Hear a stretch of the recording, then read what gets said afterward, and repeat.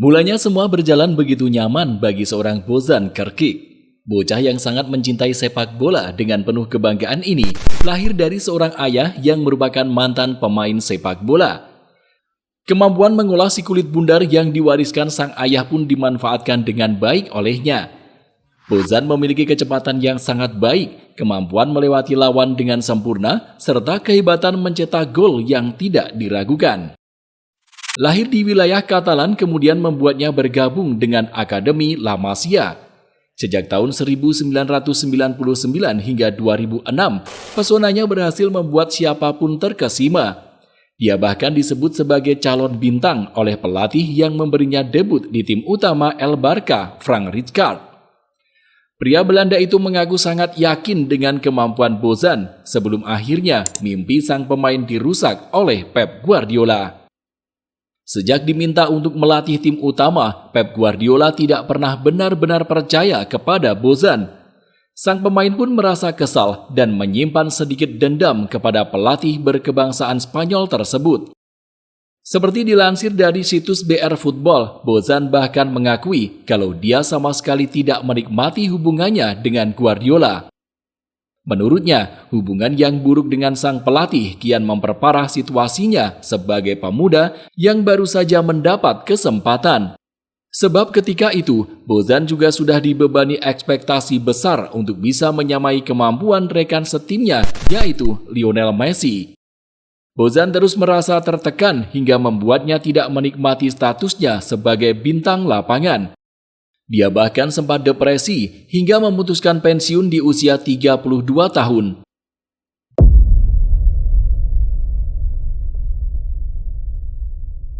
Sejak pertama kali kemunculannya di jagat sepak bola, nama Bozan Krkić langsung disandingkan dengan Lionel Messi. Dari segi postur tubuh, gaya rambut, sampai gaya bermain, Bozan memang memiliki sosok yang disebut-sebut sebagai penerus La Pulga. Bahkan terdapat sebuah narasi yang mengatakan kalau capaian gol Bozan di tim Akademi Barcelona mencapai 900 biji. Catatan tersebut jelas menjadi sesuatu yang sangat spektakuler bagi siapapun yang mendengarnya. Sayangnya, kehebatan yang dimiliki justru membunuh dirinya sendiri. Sejak diberi kesempatan tampil di tim utama Barcelona, ketenaran Bozan langsung melesat. Dia bahkan mengaku tidak bisa menikmati waktu seperti orang-orang pada umumnya. Dia tidak bisa pergi ke jalanan dengan bebas dan merasa tidak nyaman saat pergi ke bioskop.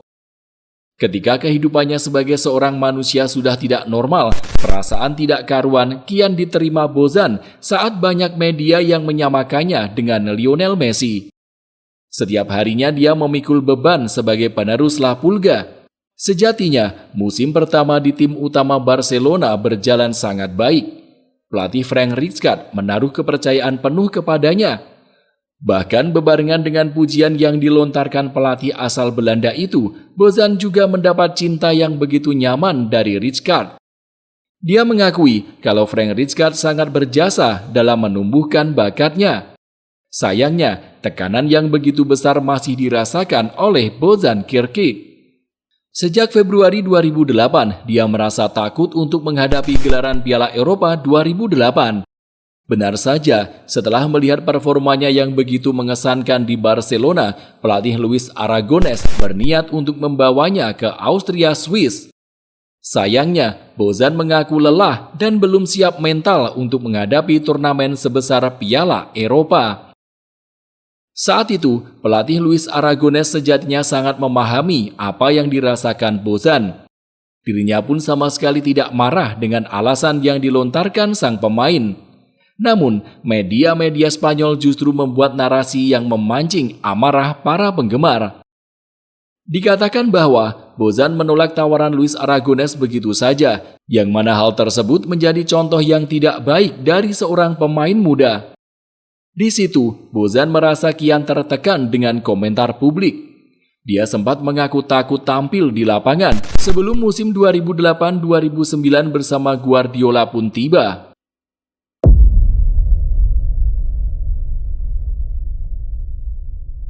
Ketiga pelatih Luis Aragonés sangat memahami perasaan Bozan, Pep Guardiola yang baru saja menangani tim utama Barcelona justru menunjukkan sikap berbeda.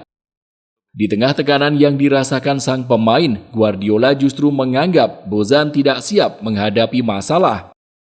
Guardiola tidak mempercayainya dengan baik dan membuat kepercayaan diri sang pemain perlahan luntur.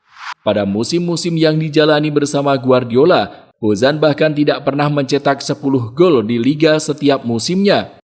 Padahal saat pertama kali melakoni debut dengan Frank Rijkaard, catatan gol Bozan di kompetisi La Liga mencapai 10 angka. Bozan tidak merasakan kenyamanan selama dilatih Pep Guardiola dan mengaku sangat kehilangan Frank Rijkaard. Itu menjadi tahun-tahun yang sangat sulit bagiku saat dia pergi. Aku memiliki hubungan yang sangat baik dengannya. Sebuah hubungan yang bahkan belum pernah aku temukan dengan siapapun. Tutur Bozan. Setelah menjalani 3 musim yang tidak berkembang bersama Guardiola, Bozan akhirnya memilih pergi. Dia dilego ke AS Roma pada tahun 2011 dan tidak pernah berpamitan dengan Guardiola saat meninggalkan Barcelona. Aku tidak mengucapkan selamat tinggal kepada Pep. Aku hanya berpamitan kepada mereka yang memperlakukanku dengan baik. Hubunganku dengan Pep sangat buruk.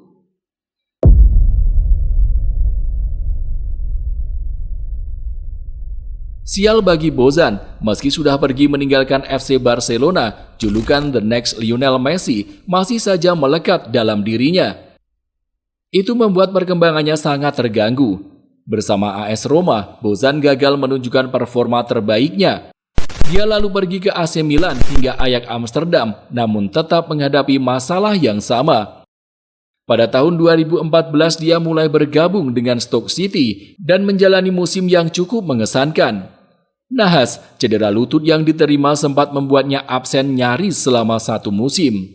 Dari situ, dia mulai kembali dipinjamkan ke Mainz hingga Deportivo Alaves. Pada tahun 2019, Bozan yang sangat terbebani dengan bayang-bayang penerus Messi memilih untuk berkarir di MLS.